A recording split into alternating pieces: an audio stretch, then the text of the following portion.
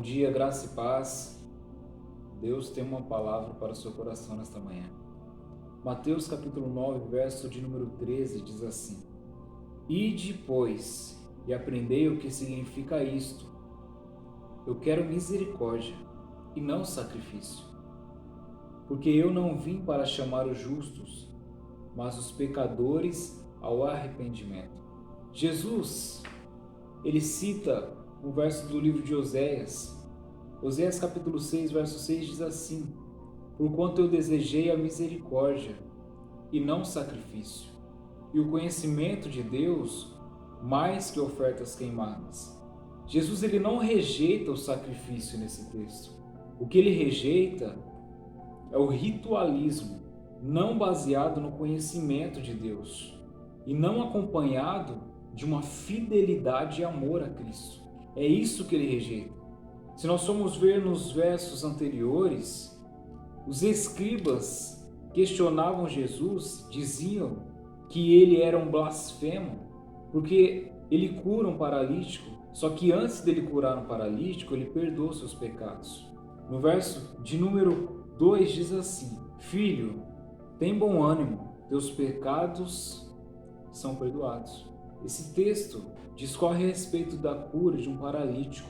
Haviam alguns escribas nesse texto que disse Jesus ser um blasfemo, porque no verso de número 2, parte B do versículo, diz que Jesus ele perdoa os pecados daquele paralítico, trazendo para si mesmo a autoridade do próprio Deus. Diz assim: Filho, tem bom ânimo, teus pecados são perdoados. E nós vemos o texto que eles começam a dizer que Jesus ele é um blasfemo. Jesus diz assim no verso de número 5: Pois o que é mais fácil, dizer os teus pecados são perdoados ou dizer levanta-te e anda? Mas para que saibais que o Filho do Homem tem poder sobre a terra para perdoar pecados, ele disse ao paralítico: Levanta-te, toma o teu leito e vai para a tua casa. A multidão ficou espantada, porque os escribas traziam para si a autoridade do próprio Deus nessa terra. Eles diziam que eles eram a autoridade de Deus na terra, porém não realizavam nenhum milagre. Essa atribuição foi dada aos discípulos por Jesus. E logo em seguida nós vemos outro grupo de pessoas, os fariseus.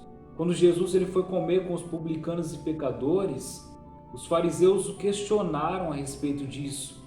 Como você, sendo judeu, come com os pecadores, com os publicanos? E Jesus diz nesse verso de número 12, os sãos não têm necessidade de médico, mas sim os que são enfermos.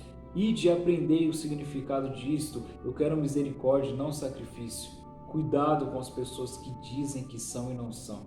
Cuidado com os ritualistas gospel, pessoas que batem no peito dizendo que são os tais, que fazem, que desfazem, só que as suas vidas não têm o fruto do Espírito Santo. Tome cuidado para não se tornar uma pessoa religiosa. Jesus ele atraía os pecadores e afastava os religiosos.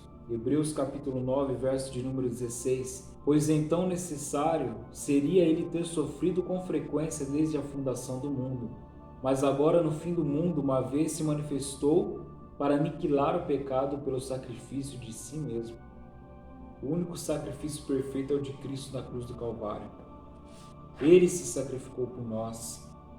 Ele se entregou por nós. Tome cuidado para aquilo que você faz como uma oferta a Deus, você não tomar como um sacrifício de tolo.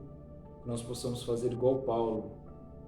Em Romanos capítulo 12, verso de número 1, ele orienta para que nós apresentemos a Deus os nossos corpos como sacrifícios vivos ao Senhor Jesus Cristo. Que nós possamos nos entregar com toda a nossa vida, com todo o nosso ser. Esse é o sacrifício vivo. E não um sacrifício de tolo, não algo que o exterior mostra uma coisa e o interior está completo de pecado, de tudo aquilo que desagrada ao Senhor Jesus. Tenha um bom dia. Graça e paz.